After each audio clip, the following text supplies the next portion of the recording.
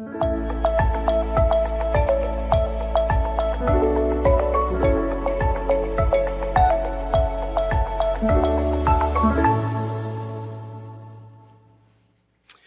everybody. Thank you. Appreciate you joining us on the first official Sunday of spring. You can probably tell that by the sweater, the golden blizzard that's been swirling around us for a couple of days, and the fact that it is steeplechase weekend. So thanks for spending this first Sunday of spring with us. And we're in week 3 of this series we're calling Navigating Family. Now, just a quick review so you'll know how we got to where we are today. As part of our church's year-long focus on belonging, we spent the last couple of weeks exploring how the way that we belong, not just to our church family, but how we belong to our literal family, reflects and reveals God and the character of God to the people around us. As I said a couple of weeks ago, before God established His church, and even before God began to reveal His character through His covenant relationship with the family of Abraham, the nation of Israel, He first began to reveal Himself all the way back in the garden, in creation. And He chose to do that through this covenant relationship called family. This covenant relationship between a husband and a wife, between children and parents and children and siblings. These covenants, these relationships were always meant to reflect God and the character of God and the heart of God to all the people in the world. And just because God moved into revealing Himself through Israel and then now through the church doesn't mean that these family relationships are no longer relevant to reveal God. That is at the heart of what families are all about. Your family is designed to reflect the character and heart of God to you and everyone around you. I want to say that again because that needs to sink in. Your family relationships are designed intentionally by God to reflect His character and His heart to you and to the people around you. Now, I know what some of you are thinking. Philip, you don't know my family, right? Maybe, those wonderful intact families that have minimal amounts of dysfunction. Maybe those kind of families, they reflect God, but all our family reflects is sin and brokenness and dysfunctionality, right? That's what you're thinking. Well, let me ask you this question. Is there a character trait of God that can be reflected in the brokenness and dysfunction? Right? Is there a character or character traits of God that can be revealed in the ashes of families that have been burnt to the ground? Can you think of some? I'll give you some. How about grace? Right? Grace, that's a character trait of God. What was it Paul said?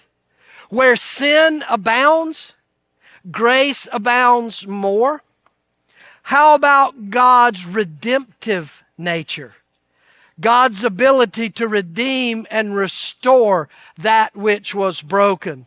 God's ability to bring beauty out of even the ashes of our lives, and yes, the ashes of our family. And see, that's really what this series is all about.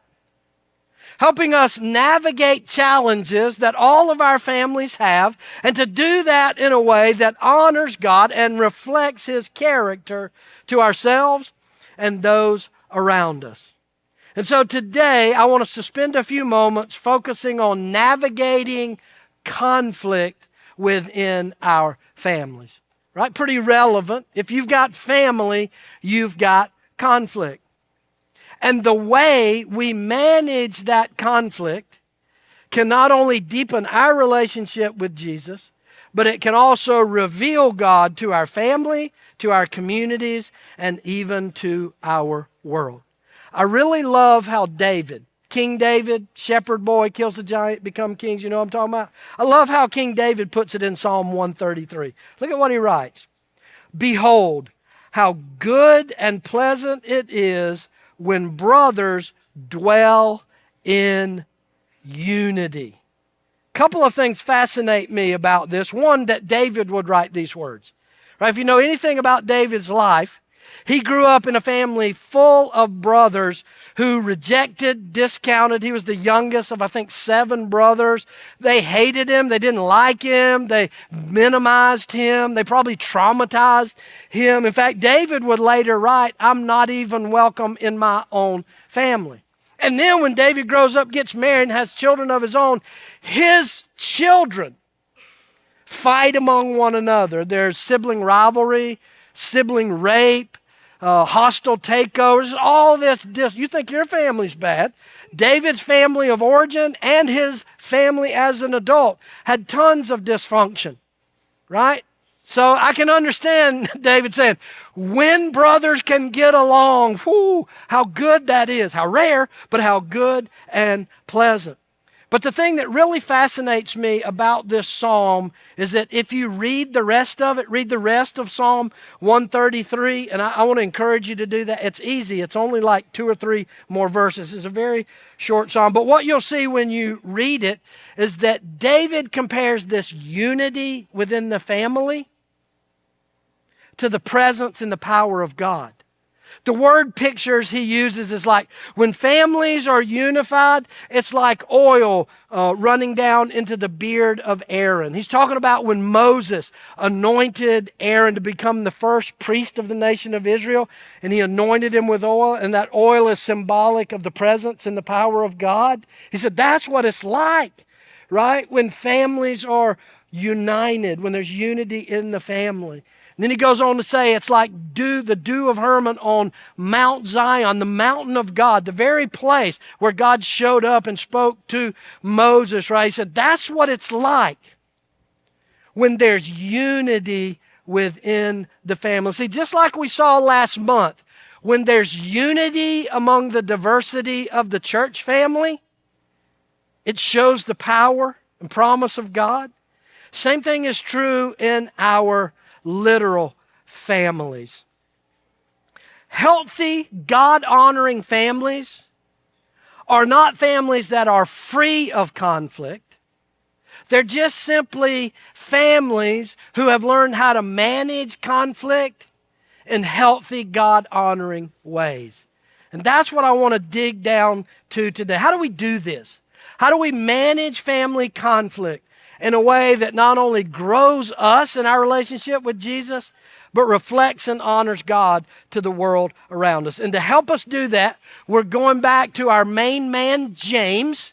So we're going to be in James chapter 4. James is a New Testament book all the way almost to the end. So if you got a Bible or Bible app, turn and click there. Again, we're going to be in James chapter 4. We're just going to look at the first 3 verses of that chapter. Now, quick reminder, James has a lot of authority on this subject of family relationships and church family relationships, right? Because remember, he grew up in the same home as Jesus. He's one of Jesus' siblings. So you can imagine a little dynamic, little interesting thing with that family, having Jesus as an older brother who never gets in trouble and mom loves him more. You can see all of that. And then he would go on to be the first lead pastor of the very first church, the very first gathering of Christians in Jerusalem following the resurrection and the day of Pentecost. So he's got a lot to say. Now, here's a little quick background. The first church in Jerusalem was made up 100% of Jews. It was a Jewish culture becoming Jewish followers of the Messiah, of Jesus. And if you don't know anything about the Jewish culture, especially in the first century, it was a debating culture. They loved to debate, discuss, to argue, primarily of the Scripture, the Torah, the first 5 books of the Bible. And they would have these wonderful debates that were on the surface, they were good, right? Growing clearer, but that sometimes that debate would become less about whether or not what the really Scripture said and more about people trying to win the debate. So it kind of was in this early church, this kind of antagonistic, conflictual, let's argue about it, who's right, who's wrong, who's better, who's worse. So that seeps into this very first church. And so James is addressing it in his letter to them. And while James is talking specifically about church family conflict, I don't think it's a stretch for us to take these principles and apply them to literal family conflicts, right? So I think I'm on pretty stable ground here from an interpretation standpoint. I don't think I'm stretching the context, so I think it will help us. So what does James say about managing family conflict? 3 things, write these down. Number 1, the first thing he says is you got to recognize the source. If you're going to handle conflict in a healthy way, you've got to recognize the source of that conflict. Terry and I have been married for 40 years. I've been a parent for 36 years. I've been a pastor for 30 years. I've dealt with conflict. I've walked in conflict in my life. And here's one of the things I've learned when it comes to conflict. The issue is almost never the issue. What I mean by the thing you think you're fighting over is rarely, if ever, the actual issue. There is almost always some unspoken, underneath, below the surface thing that is just showing up as this issue, or we're fighting over this, or we're fighting over that. In fact, notice what James says, verse 1. What causes fights and quarrels among you? Paul's right there.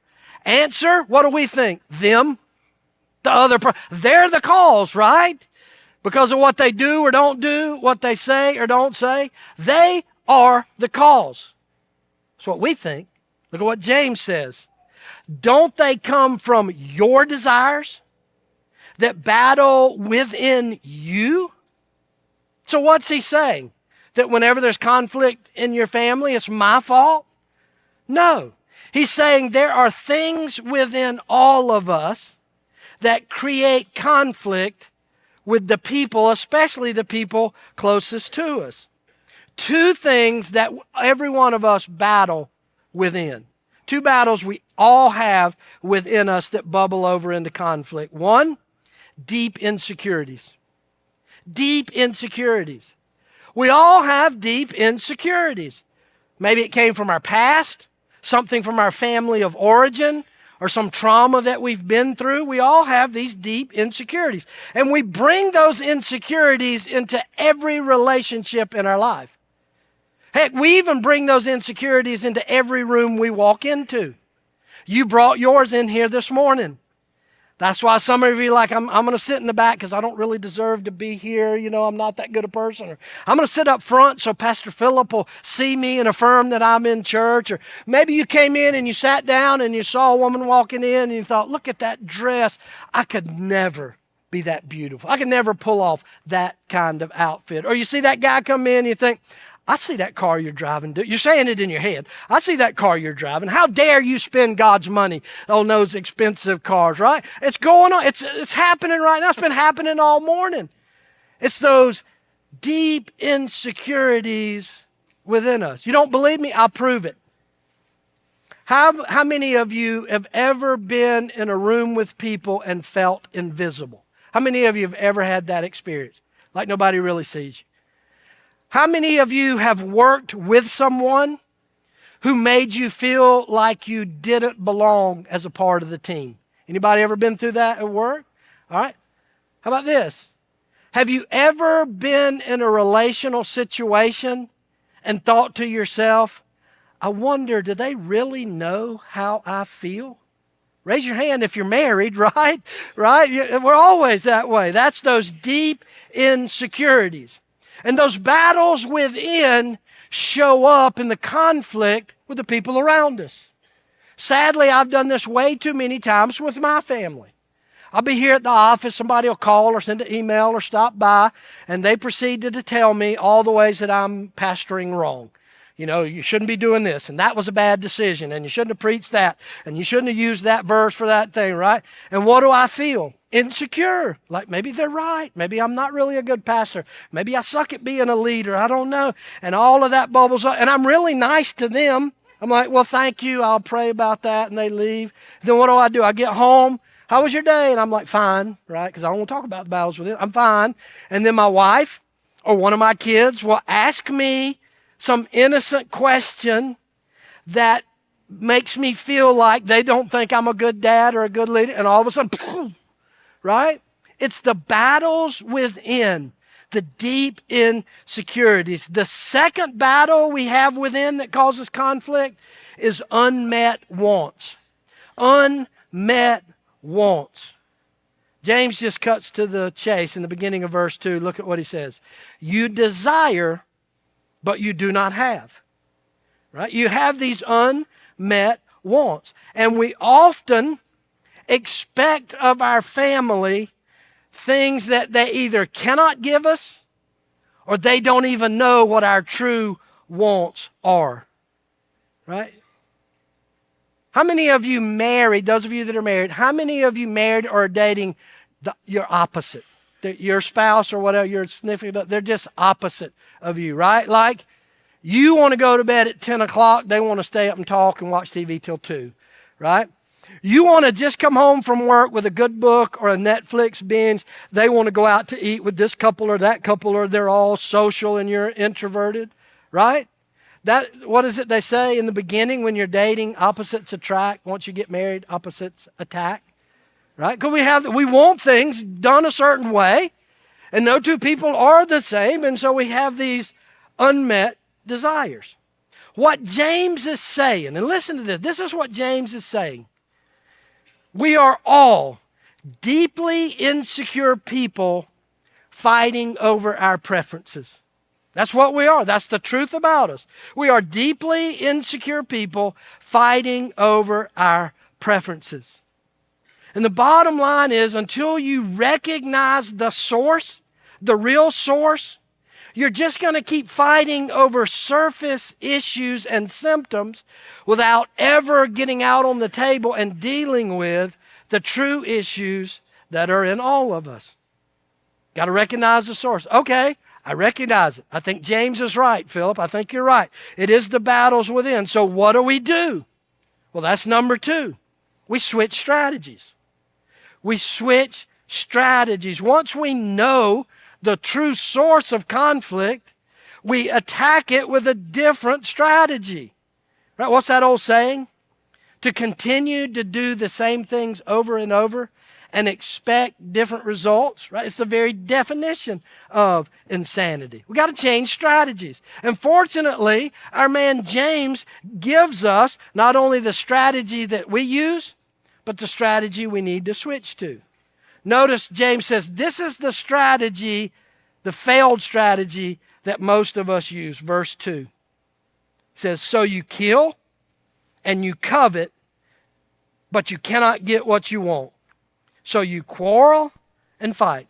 That's our strategy for conflict. Kill and covet. Kill and covet. Now, question. Do you think the people in that first church, that they were literally killing each other? You think they were showing up on Sunday morning with a knife? No. He's using hyperbole here. When he says you kill and covet, here's what he's saying. You are trying to put to death something in someone and take something from someone. I'm trying to put to death something in you or take something from you, kill and covet, to try to get what I want. That's a failed strategy. Now here's how killing and coveting shows up in our family conflict. 3 failed strategies. Write them down. Failed strategy number 1, slander and gossip. Slander and gossip. That's kill and covet. Slander, kill your reputation. Right? Kill your reputation to the people around you, to others in the family. Right? And then gossip, build up a coalition. Get a few people to agree with me, get on my side of the conflict, so then I could show up with my team and say, you're the problem. I'm good, these people think I'm good, and you're bad. That's taking something from them and putting to death something in them, their reputation, whatever. I've seen this, it breaks my heart, but I've seen this so many times in families, particularly when there's separation or divorce, but sometimes when the couple's still together, where mom tries to build a coalition with the kids against dad, or dad tries to build a coalition with the kids against mom. Please, please, please don't do that. I don't care how bad the divorce is. I don't care how toxic your ex-spouse was. Don't do that, because it's not hurting them, but it's devastating your kids. Because they show up in my office, in our counseling ministry, in their 20s and 30s, and they got deep wounds and insecurities because they felt like they've had to choose up sides. That's a failed strategy. Don't do it. Second failed strategy, seeking the wrong source. Seeking the wrong source. We often seek from our family things that they cannot give us. Look at the last part of verse 2. James says, you do not have because you do not ask God. You're trying to get it from your spouse or your kids instead of from God. When we ask of others what only God Himself can give us, there are only two outcomes. There's only two ways this goes. Either one, we're putting unrealistic expectations on our family.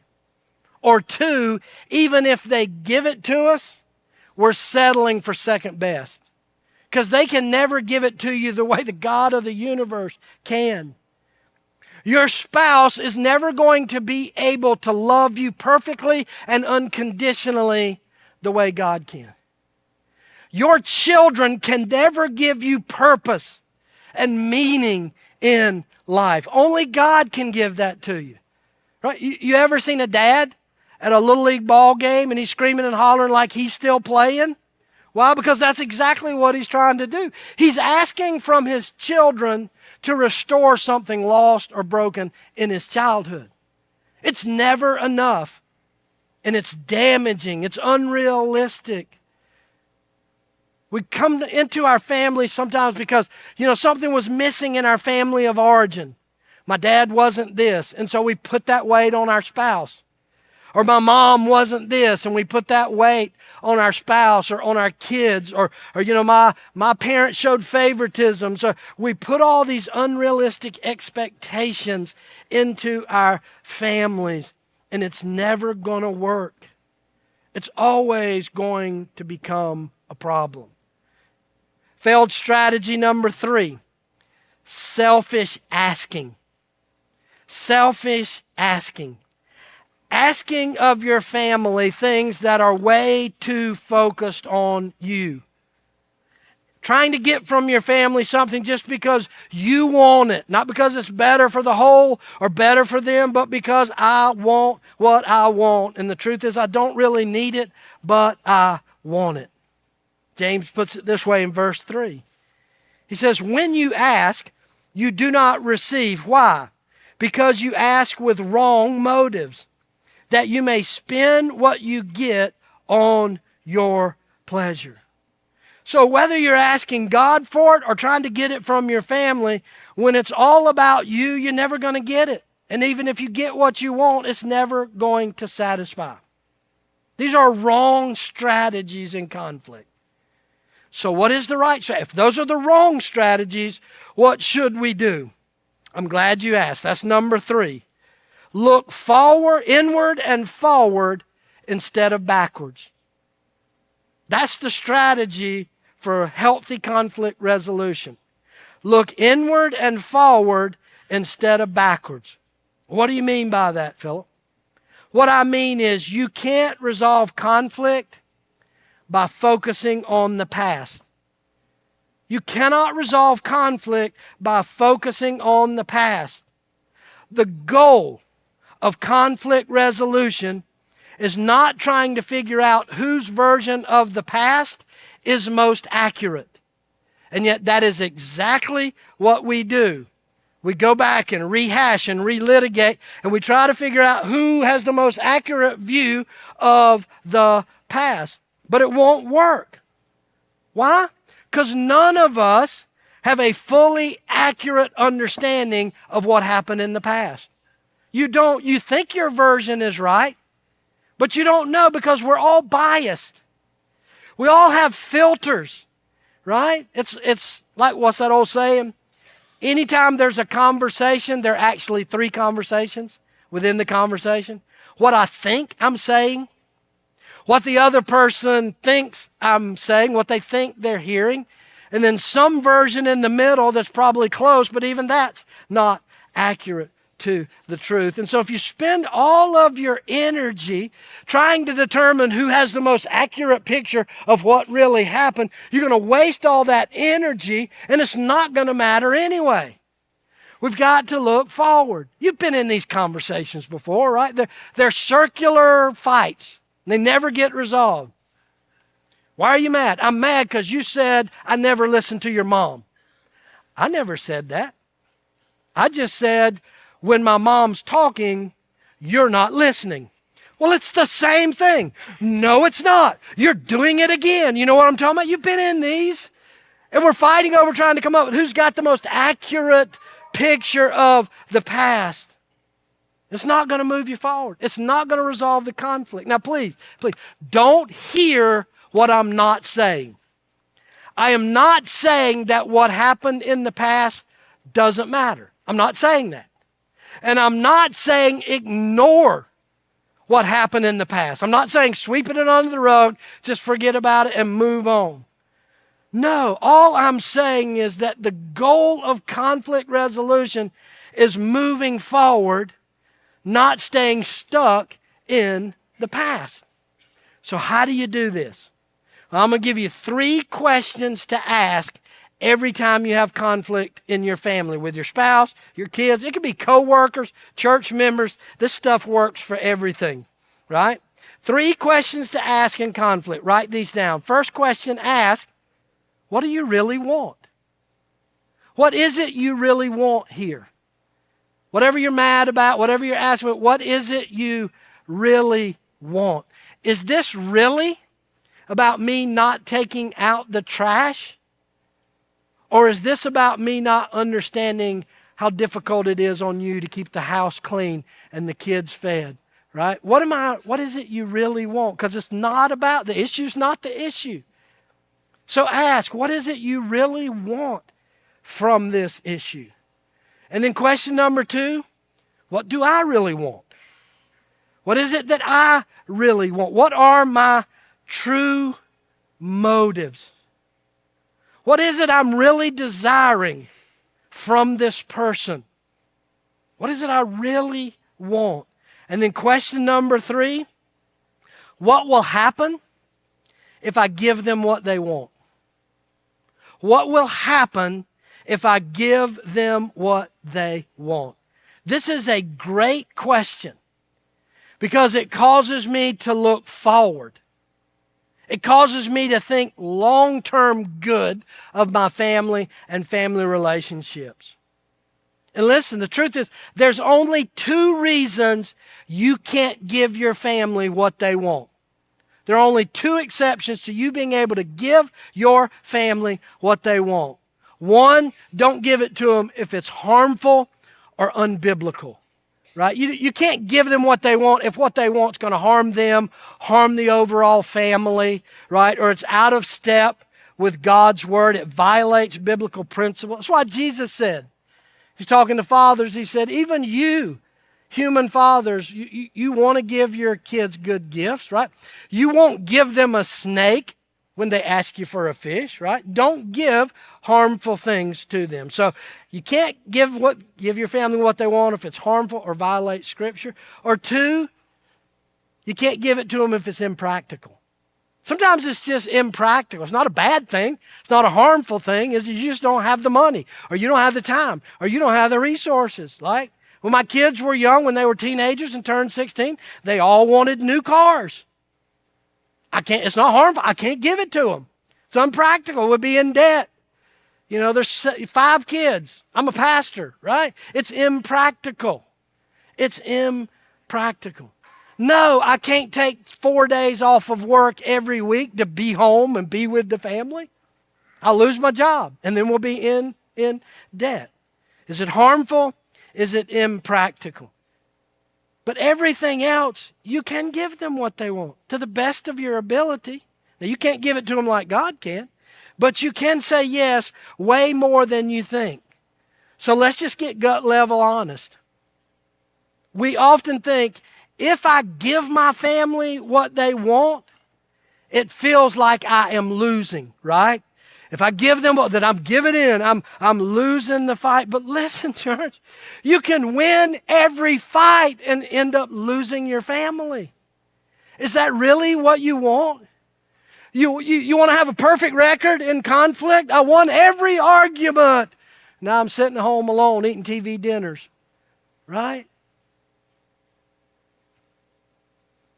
I am convinced, church, whatever your family circumstances, and Lord knows, I know some of you, I know you are dealing with some of the most painful, deep hurts and wounds, and please hear my heart, I'm not minimizing that. I want you to encounter God's redemptive, healing, restorative grace and power. But I believe every one of us can begin to apply these principles from James, no matter what the current condition of our family. And I believe if we'll take some steps here in doing this, we will not only develop a deeper personal relationship with Jesus in our lives, but I believe it will lead to healthier relationships with our family. And it will lead our families to reveal and reflect the character and power of our God, who I think our community and our culture has probably never needed more. That is the call, to be the church, beginning right in our own homes. Would you pray with me? Oh, Jesus, I thank you for, God, just the practical nature of your word. I'm just reminded, looking at these words from James, that these things were written 1,900 years before modern psychology and sociology, before Freud ever thought about these deep wounds within and how they affect our behavior and relationships. You already knew. And you speak through the power of your word in ways that transform lives, transform families. And so, Lord, help us have the courage to put this into practice as we leave here today and tomorrow and week after week. Give us the strength to love our families, even in the brokenness of conflict. It's in your name I pray. Amen.